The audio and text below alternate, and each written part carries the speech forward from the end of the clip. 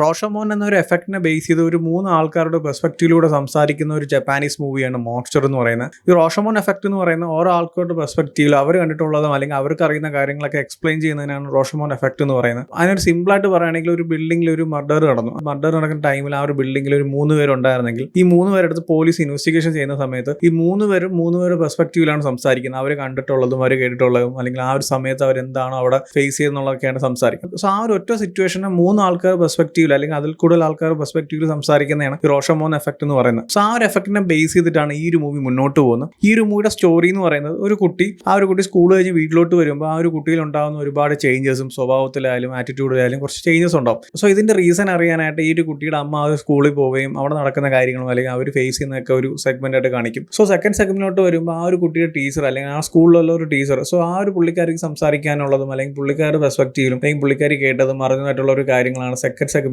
പറയുന്നത്. So third segment എന്ന് പറയുന്ന ആ ഒരു കുട്ടി തന്നെ, സോ ആ ഒരു കുട്ടി ആ ഒരു സിറ്റുവേഷൻ എന്തായിരുന്നു ഫേസ് ചെയ്ത് അല്ലെങ്കിൽ എന്താണ് അതിന്റെ റീസൺ എന്നൊക്കെ ആ ഒരു കുട്ടിയുടെ പെർസ്പെക്റ്റീവിൽ സംസാരിക്കുന്നതാണ്. സോ ഇങ്ങനെയാണ് ആ ഒരു മൂവിയുടെ സ്റ്റോറി മുന്നോട്ട് പോകുന്നത്. ഓരോ ആൾക്കാർ പെർസ്പെക്റ്റീവിൽ അവർക്ക് അറിയുന്ന കാര്യങ്ങളും അല്ലെങ്കിൽ അവർക്ക് പറയാനുള്ള കാര്യങ്ങളൊക്കെ വെച്ചിട്ടാണ് മുന്നോട്ട് പോകുന്നത്. അല്ലാതെ വളരെ ലീനിയർ ആയിട്ട് എല്ലാം പറഞ്ഞു പോകുന്ന സ്റ്റൈലല്ല. സോ അതുകൊണ്ട് തന്നെ വളരെ സിമ്പിൾ ആയിട്ടുള്ള സ്റ്റോറി ഒന്നുമല്ല. കുറച്ച് ശ്രദ്ധിച്ചിരുന്ന് കാണാം. എവിടെയെങ്കിലൊക്കെ ജസ്റ്റ് ഒന്ന് മിസ്സായാൽ പിന്നെ ടോട്ടലി തെറ്റും. സോ അങ്ങനത്തെ രീതിയിലാണ് ആ ഒരു സ്റ്റോറി അറേഞ്ച് ചെയ്തിരിക്കുന്നത്. ഞാൻ അങ്ങനെ പറയാനുള്ള കാരണം എന്താണെന്ന് വെച്ചാൽ ഞാൻ നേരത്തെ പറഞ്ഞ പോലെ തന്നെ ഈ ഒരു മൂവിയുടെ ബേസ് എന്ന് പറയുന്നത് റോഷമോൺ എഫക്റ്റ് ആണ്. സോ ആ ഒരു എഫക്റ്റ് എന്ന് പറയുന്നത് പല ആൾക്കാരുടെ പോയിന്റ് ഓഫ് വ്യൂ എന്നാണ് പറയുന്നത്. സോ അതുകൊണ്ട് തന്നെ നമ്മൾ ഈ ഒരു മൂവിനെ കണക്ട് ചെയ്ത് പോകുന്ന കാര്യങ്ങളും ആ ഒരു ഓരോ ആൾക്കാരുടെ പോയിന്റ് ഓഫ് വ്യൂലാണല്ലോ. സോ അത് എവിടെ നിന്നെങ്കിലൊക്കെ ഒന്ന് മിസ്സായ അടുത്ത് വരുന്ന സീനിലോ അല്ലെങ്കിൽ അടുത്ത് വരുന്ന സെഗ്മെന്റിലോ അല്ലെങ്കിൽ അടുത്ത് വരുന്ന ഒരു ക്യാരക്ടർ എന്ന് പറയുന്ന കാര്യങ്ങളൊക്കെ വെച്ച് നമുക്ക് കണക്ട് ചെയ്യാൻ പറ്റില്ല. സോ ആ ഒരു പ്രസന്റേഷൻ ഒക്കെ നൈസാണ്.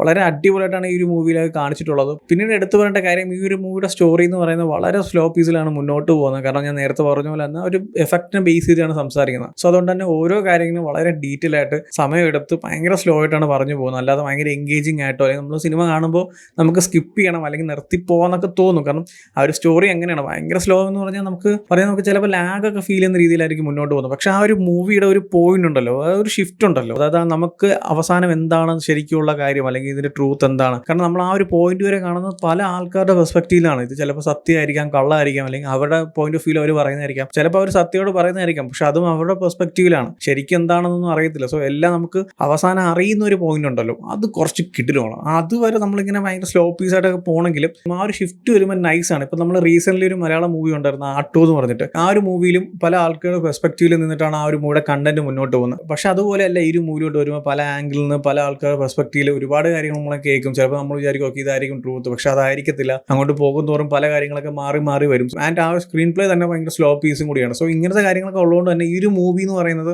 സോ ഇങ്ങനത്തെ ഒരുപാട് കാര്യങ്ങൾ ഉള്ളതുകൊണ്ട് തന്നെ നമ്മൾ ആ ഒരു മൂവി കണ്ടുകൊണ്ടിരിക്കുമ്പോൾ നമുക്ക് സ്റ്റോപ്പ് ചെയ്യാൻ തോന്നും, ചിലപ്പോൾ സ്കിപ്പ് ചെയ്യാൻ തോന്നും. അങ്ങനെ കുറേ കാര്യങ്ങളൊക്കെ വരും. പക്ഷെ എന്നാലും നിങ്ങൾ ആ ഒരു മൂവി ഇങ്ങനെ കണ്ടു തീർക്കുമ്പോൾ അത് എൻഡ് നിങ്ങൾക്ക് കിട്ടുന്ന ഒരു എക്സ്പീരിയൻസ് ഉണ്ടല്ലോ, അത് വേറെ ലെവലാണ്. ഈ ഒരു മൂവിയുടെ കണ്ടന്റും അല്ലെങ്കിൽ അത് സംസാരിക്കുന്ന കാര്യങ്ങളൊക്കെ കിട്ടിലുമാണ്. പക്ഷെ ആ ഒരു സ്ക്രീൻ പ്ലേയിലാണ് കുറച്ചും കൂടി സ്ലോ പീസ് പിടിച്ച് അല്ലെങ്കിൽ എല്ലാ കാര്യങ്ങളും വളരെ ഡീറ്റെയിൽ ആയിട്ട് പറയണമെന്ന രീതിയിൽ മാത്രമേ പോകുന്നുള്ളൂ. അല്ലാതെ ബോറടിപ്പിക്കാനോ അല്ലെങ്കിൽ വലിച്ചു നീട്ടുന്നതല്ല. എല്ലാ കാര്യങ്ങളും ഡീറ്റെയിൽ ആയിട്ട് പറയുന്ന ഒരു മെത്തേഡ് മാത്രമാണ്. സോ എന്തായാലും ചെക്കൗട്ട് ചെയ്ത് നോക്കുക. കിടിലൻ മൂവിയാണ്. ലൈക്ക് ഈ ഒരു സ്റ്റോറി ആയാലും ഇതിലെ പെർഫോമൻസ് ആയാലും എല്ലാം അടിപൊളിയാണ്. സോ റോഷമോൻ എഫക്റ്റ് എന്ന ഒരു കാര്യം ബേസ് ചെയ്തിട്ട് ഇങ്ങനത്തെ ഒരു മൂവിയൊക്കെ വരുമ്പോൾ നൈസ് എക്സ്പീരിയൻസ് ആണ്. ഓൾറെഡി ഈ ഒരു മൂവി കണ്ടവരാണെങ്കിൽ നിങ്ങളുടെ ഒപ്പീനിയൻസ് എന്താണെന്ന് വെച്ചാൽ കമന്റ് ചെയ്യൂ. വീഡിയോ ഇഷ്ടപ്പെട്ടാൽ ലൈക്ക് ചെയ്യൂ, ഷെയർ ചെയ്യൂ. ഇതുപോലത്തെ കൂടുതൽ വീഡിയോസിനെ ചാനൽ സബ്സ്ക്രൈബ് ചെയ്യൂ.